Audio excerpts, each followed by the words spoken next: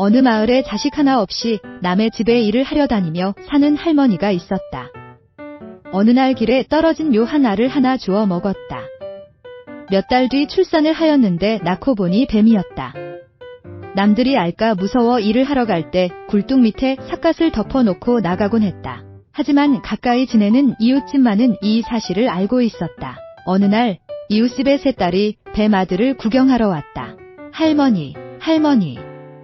아기 낳았나더니 어디다 두셨소? 첫째와 둘째는 징그러운 구렁이를 낳았다며 깜짝 놀라 기겁을 하였으나 셋째만은 호감을 보였다.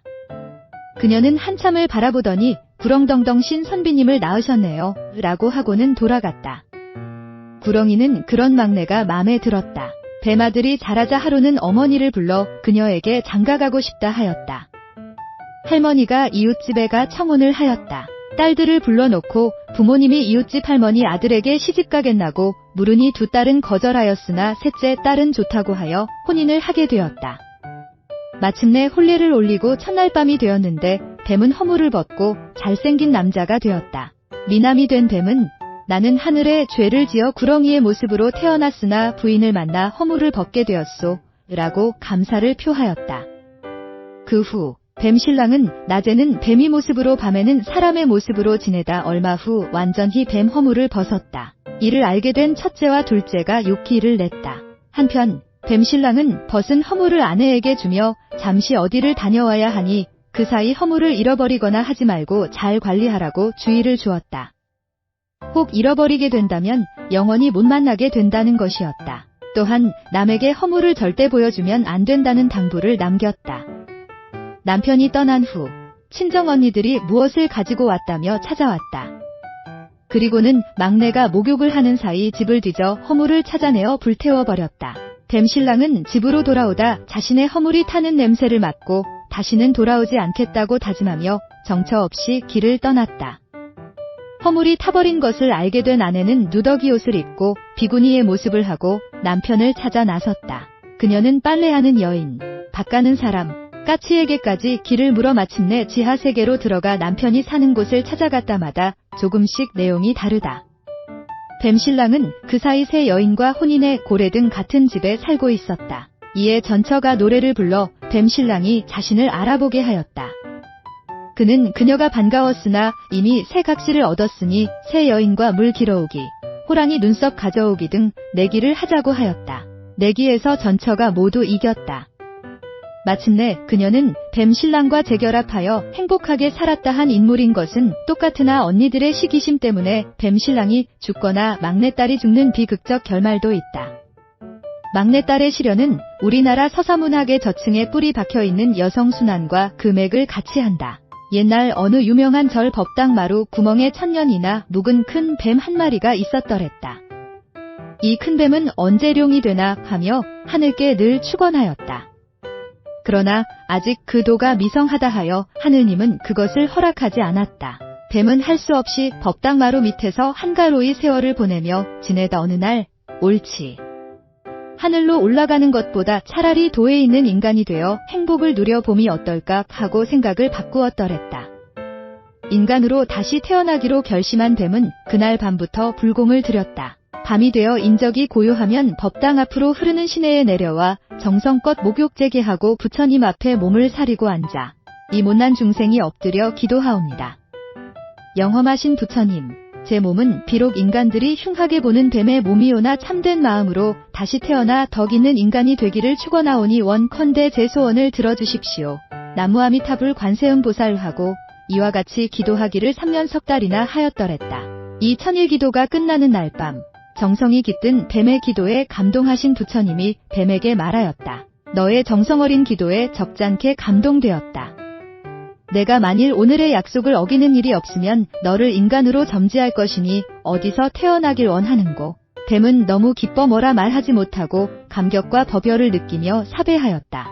흉악한 몸이 부처님께 감흥을 받아 인간으로 점지해 주신다 하시니 이 은혜를 무엇으로 보답하오리까? 어떤 곳이든 점지만 해주시면 인간의 도를 닦아 청렴한 사람이 되겠나이다. 나무아미타불. 내 뜻은 갸륵하나 내가 이미 룡이 되기를 원하였으니 인간으로 태어나서 너의 허물을 15년 동안만 가지고 있으면 아주 사람이 될 것이다. 그리고 다시 자라면 하늘로 오를 기회가 있을 것이다. 명심하여라. 뱀은 너무나 감사하여 처분만 기다리겠습니다. 라고 하였다. 부처님은 다시 요사이 100일 기도를 하는 서생원의 아내가 있는데 그녀는 슬아의 자식이 없어 자식을 점지해 주기를 내게와 비는 중이다. 불행히도 서생원의 수명이 불과 얼마 남지 않았으니 내가 그의 유복자로 태어나도록 하여라 라고 하였다. 서생원의 부인 김씨는 날마다 목욕제계를 하고 100일 불공을 들이다 100일이 되던 날 새벽 난데없이 큰 구렁이 한 마리가 품속으로 들어오는 꿈을 꾸었다. 놀라 깨어 하도 이상하여 그 절 스님에게 물어보니 기도 마지막 날에 이런 꿈을 꾸었으니 소원 성취하실 겁니다 라고 대답하였다. 김씨 부인은 너무나 기뻐 곧장 집으로 돌아와 남편에게 이 이야기하였다. 그 달부터 부인은 태기가 있었는데 남편은 2달 만에 세상을 하직하였다. 이에 김씨 부인은 비관하여 남편을 따라가려 했으나 뱃속에 든 어린 씨를 생각하고 차마 그러지 못하였다. 어언간 뱃속에 든 아기를 낳을 달이 되었다. 하루는 산기가 있어 준비를 하는데 이상한 냄새가 방 안에 돌았다. 부인은 절에서 꾸었던 꿈을 떠올리고 마음이 적잖게 이상하였다. 과연 낳은 아기는 사람과 뱀이 합쳐진 끔찍한 모습이었다. 얼굴은 사람의 모습을 하였으나 아랫도리는 뱀이었던 것이다. 부인이 기가 막혀 세상의 수치를 면하려고 죽일까 생각했으나 차마 단행하지 못하였다. 날이 가고 달이 지나 뱀아이도 어느덧 15살의 소년이 되었다.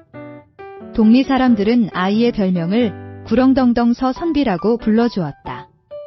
따뜻한 봄바람이 산마다 들마다 새풀을 재촉하는 어느 날 윗마을 최장자가 세 딸들을 데리고 아래마을에 있는 김씨 부인의 집 앞 시냇가에 내려와 물에 뜬 오리떼와 놀고 있었다. 구렁덩덩 서선비는 선녀 같은 새 처녀의 노는 모습을 보니 이성을 그리는 마음이 생겨났다.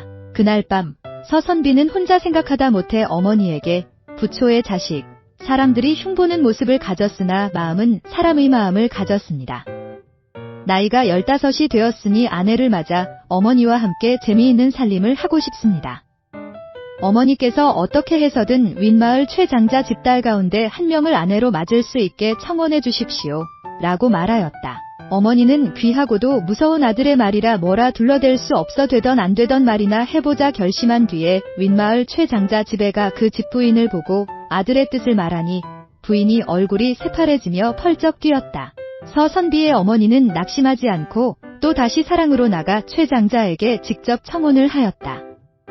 최장자는 사람됨이 점잖고 또한 지각이 있는 사람이라 딸들을 불러놓고 너희 가운데 누가 앞마을 서선비에게 시집가겠니? 하고 차례로 물었다. 그때 맏딸은 어머니 이상으로 펄쩍 뛰었다. 둘째 딸도 역시 마찬가지였다. 마지막으로 셋째에게 물었더니 아버님만 허락하시면 제가 가겠습니다. 라고 하였다. 이 말을 들은 김씨 부인은 말할 수 없이 기뻐하며 돌아와 아들에게 전하였다. 서선비의 기쁨은 더 말할 것도 없었다. 구렁덩덩 서선비는 태어난 날부터 꼭 15년 되는 날 밤으로 택일하여 혼인하기로 하였다. 남 부끄러운 혼인인지라 두 집에서는 아무것도 하지 않고 구렁덩덩 서선비의 요구대로 술 한 동이에 물 한 동이 간장 한 동이만 신방에 차려놓았다. 잔치도 신랑집에서 하기로 하여 혼일의 신부가 한낱 몸종을 데리고 신랑집에 왔다. 밤이 으슥하여 새신랑은 신방으로 기어가 맨 먼저 간장동이를 시작으로 술, 물동이에 차례로 몸을 담아 목욕하더니 뱀의 허물을 벗고 세상에서 드문 미남자가 되어 나와 신부를 대하였다. 신랑은 허물을 신부에게 맡기며 이것을 아무에게도 절대로 보이면 안 돼오. 그렇게 3년 석 달 동안 간직해주면 우리는 하늘로 올라갈 수 있소. 라고 말하였다. 신부가 그 허물을 받아 저고리 동정 안에 넣어 두었다. 며칠이 지나지 않아 이를 알아낸 신부의 언니들이 막내를 시기하여 비밀을 알아내려고 냇가로 그녀를 유인하였다. 서로 옷을 벗고 목욕하는 체하다 동정 속에서 뱀 허물을 꺼내 던졌다. 이러한 일이 있은 뒤로 구렁덩덩 서선비는 룡이 되어 하늘로 올라갈 것을 단념하고 인간이 되어 행복하게 살았다. 지금도 장독이나 술독에 뱀이 들어가지 않게 간직하는 풍속은 구렁덩덩 서선비의 허물 벗은 때부터 시작되었다고 한다.